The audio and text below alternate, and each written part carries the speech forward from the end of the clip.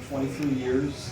When I became chief about 4 years ago, I wanted to bring two of my passions to the police department. One is officer wellness. I think in order for officers to serve the community, they need to be mentally and physically well. Our friends at the Bureau of Health has definitely helped us with that. I also think we need to make sure officers realize that the best solution to a problem when we get called to someone's house isn't necessarily always go arrest them. There's a lot of things going on. So those are two of my main passions. But getting into it, I'm very proud of the partnership we have with Families Against Narcotics. It's done great work for our community. Hope Not Handcuffs, as I'll talk about in a second. But just in general, over my 23 years in law enforcement, the stigma about addiction has decreased greatly. As I'll talk about, we still have work to do, but just, again, in the 23 years I've worked, the stigma's gone down so much. We've had some lessons we need to learn. About 20 years ago, I had a sergeant who was kind of a mentor to me, taught me a lot about law enforcement, how to catch bad guys, investigative work. He was just a really good guy. But he was battling addiction throughout the whole time I worked with him. And it just kept getting more and more problematic throughout his work life. And in my opinion, the police department did not handle it well. He ended up being fired after 2 or 3 years. And he was a good employee, and I really think he could have been saved. I'm not even sure if he's with us anymore, to be perfectly honest, but that's one thing I took to heart as a young officer, is that when we see folks battling addiction, they're not doing anything wrong. As Judge Mack said, and the tribute over here, we need to get them some help.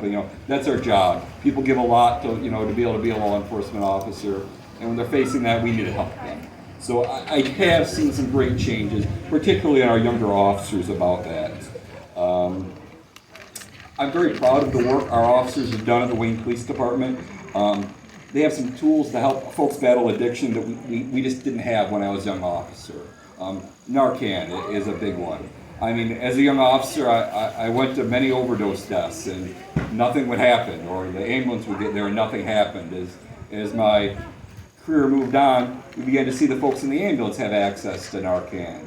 And the first time you've ever seen it administered, it's kind of mind-blowing. I mean, it's like a light switch. Someone's life is saved right before your eyes.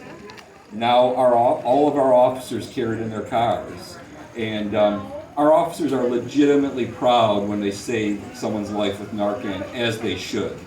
And that's why I say the stigma I've seen has decreased, because I think even 10 years ago, I just don't know if folks would have been so quick to realize that this is a life-saving tool. It's no different than a defibrillator in your car.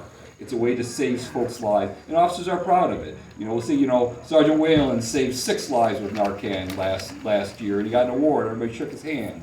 And so I just think it's so great that the stigma has decreased. We still have work to do, though. I was talking to a trusted colleague just last week, and when I say trusted colleague, I mean it.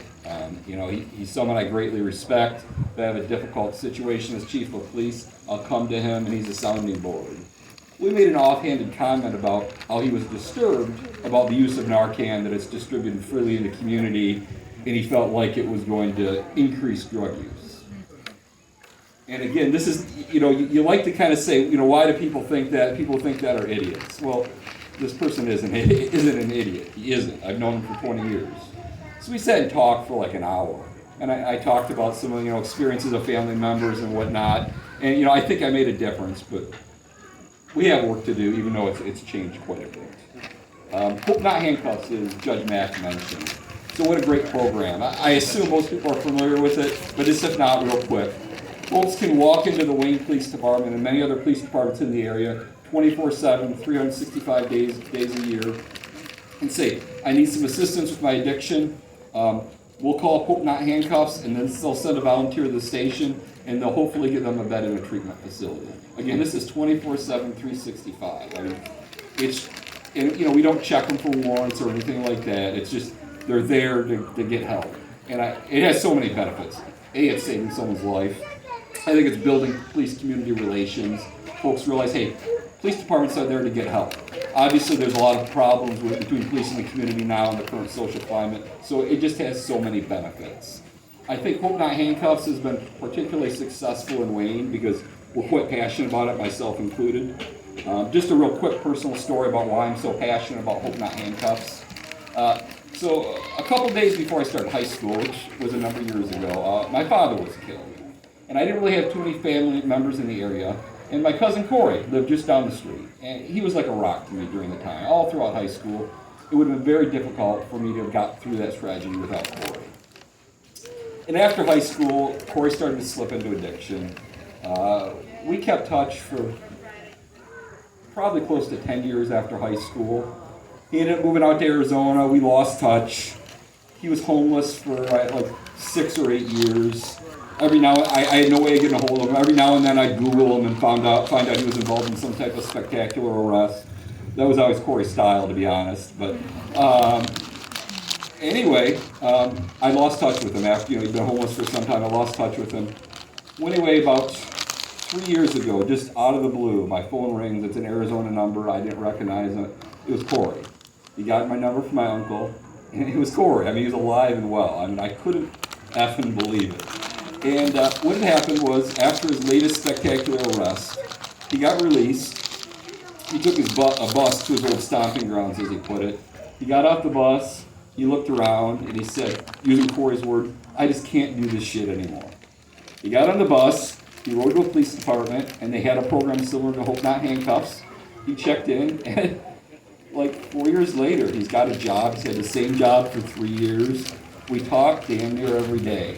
So I mean, it saved like my best friend's life. They didn't call it Hope Not Handcuffs, but it was the same thing. So that's why I'm personally so passionate about Hope Not Handcuffs. And I know they always need volunteers, so if anybody's interested in being an angel, talk to Judge Mack. I'm sure she'll set you up.